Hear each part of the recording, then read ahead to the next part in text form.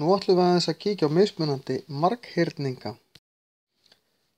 Þríhyrningar eru form sem eru með 3 horn, geta litið alls konar út og snúið alls konar, en það eru til 2 tegundir af þríhyrningum sem eru ákveðnar reglur sem gilda um. Það er annars vegar jafnarma þríhyrningar. Það eru þríhyrningar sem eru með 2 hliðar jafnlangar, en þriðja hliðin er ekki jafnlöng og hinar. Þessar jöfnu hliðar eru oft merktar svona með striki til að sýna þessar 2 eru jafnlangar. En jafnarma þríhyrningur getur alveg verið svona líka.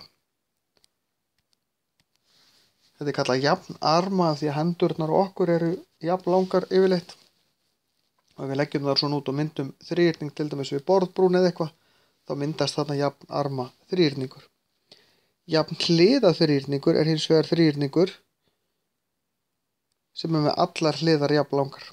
Þá eru þar allar 3 jafnlangar, hann getur verið misstór og hann myndar alltaf 60 gráðu horn allstaðar.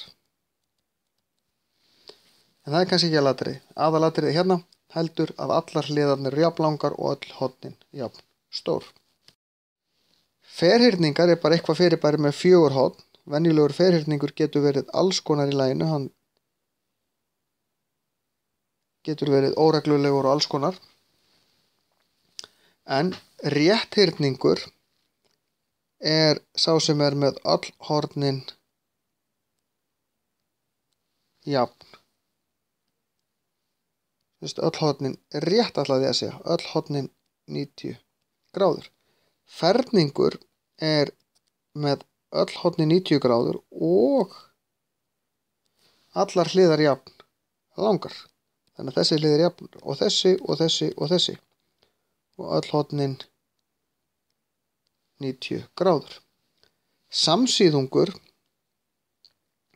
er, rétthyrningur er vissulega samsíðungur, en samsíðungur er til dæmis svona. Þá er þessi og þessi hlið eins og þær eru samsíða, og þessi hlið eru eins og þær eru samsíða. Samsíða þýðir að það liggi í nákvæmlega sömu átt, það snertast aldrei. Þessar liggja í sömu átt hér. Trapisa er með 2 samsíða línur en hinar eru ekki samsíða. Þessar 2 eru samsíða en ekki þessar.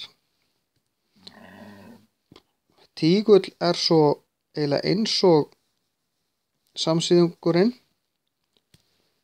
nema að hliðarnar í honum eru allar jafn langar.